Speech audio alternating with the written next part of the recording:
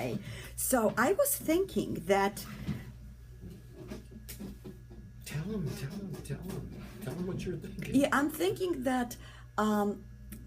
It was about audience management. Yeah, but in Magicopolis we have a theater seating. What I mean, it's a regular theater. It's like stadium seating. There's 3 feet height between each row. The furthest seat from the stage is 18 feet. So it's very intimate. It's a setup like you would see a play or musical or a magic show, but in a theater. There's no any restaurant or anything. So it's sort of like the theater idea is that people are coming and watching, right? Why are you laughing? So I wanted to. A lot of times things come up. In fact, I had something come up I yesterday. know what I wanted to say. That 95%, maybe even 98%, people just are great, normally watching, reacting, laughing, we are having blast. But there's this 1% that sometimes something like weird happens, like people, let's say, would scream. No, Well, screaming actually, is I had good. something I was going to mention to you from yesterday. Go ahead. And maybe did you? I don't know if you saw it because last night I had someone select the card. They said, show everyone the card. And this guy was sort of a smartass. He went up and down every row like this, personally showing every person the card. Now, I could have jumped right on him and, give him a bunch of shit. But I didn't. I let him a little bit hang himself, like you do with the heckler, that usually you let him heckle a few times so they've given him enough rope to hang themselves by the time you respond. So I let him do this, and he went up and down and up and down, and his couple of friends that were drunk probably, thought it was funny, but no one else did.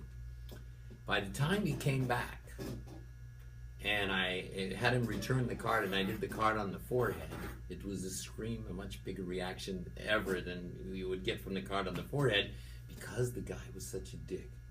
And the thing is, I could have jumped on him right away, and then I would have looked like the dick. Instead, I let him do what he's doing. It was long, it was boring, but it was sort of worth the wait. And I think when you have a heckler, let him heckle a few times. Don't jump down his throat right away, This was not exactly a heckler situation, but the same sort of thing. Someone yells something out, and you let them yell a couple times. You might gently, it's nice to know you're involved or something, You don't really beat on in the first second, then the audience will be more on your side.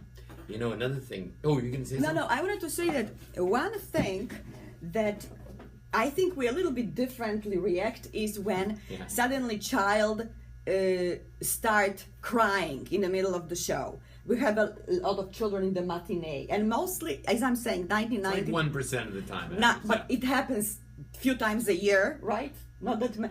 And then I think we have a very different. I want to just say that before the Yelp and everything was much easier, because I would also, just like Steve, to ask the mother or the guardian, just please go to the lobby until the child stops crying, and then so the rest of the audience can enjoy the show. But since the Yelp is the situation, and Steve a few times asked that, we got like review.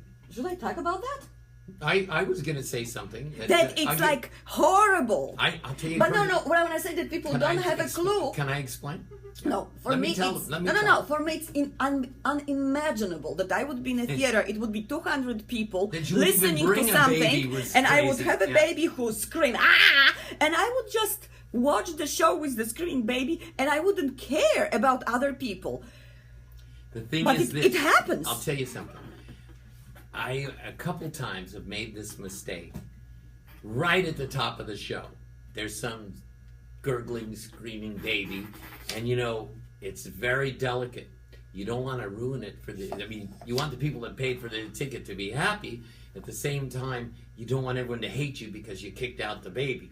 So it's sort of like, and if it happens near the beginning of the show, it's very delicate. Sometimes I might say, hey, you take the baby out and cuddle it, whatever, something.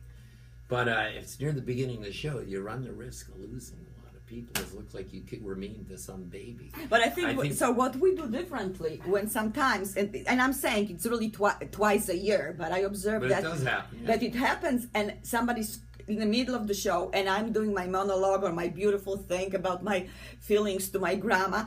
I sort of speak louder, but I go with this because I don't want to even react that I hear the baby, because I think that the other people then put more attention to this cry, and I want them to sort of like listening to me and don't pay attention. And I think you have a different way because you excuse. I exactly the opposite. If there's a big disturbance in the audience, I talk slower and quieter, and I make it like it's a big disturbance because I talk really softly, and then most of the people can't hear, and then they do my job and shut up that person or ask them to take, But it's a delicate thing. Most of the other things you could handle if there's any kind of disturbance. That one's tricky. That's why it's tricky. Yeah. I don't know if I have anything else to say because it is tricky. I don't really know what to do. Maybe we'll solicit some responses. If you remove the baby, it's horrible. If you don't remove, it's horrible too. It's delicate, yeah. And the thing is this, it's even delicate. Do I nip it in the bud? Sometimes I try to if it's near the beginning of the show. If it's a constant thing, I'll sometimes, like I say, make it a disturbance, subversively more than it is by talking quieter or etc. But maybe someone will write in with some good tips for that. Baby! Is that it? Oh, Bye! Okay.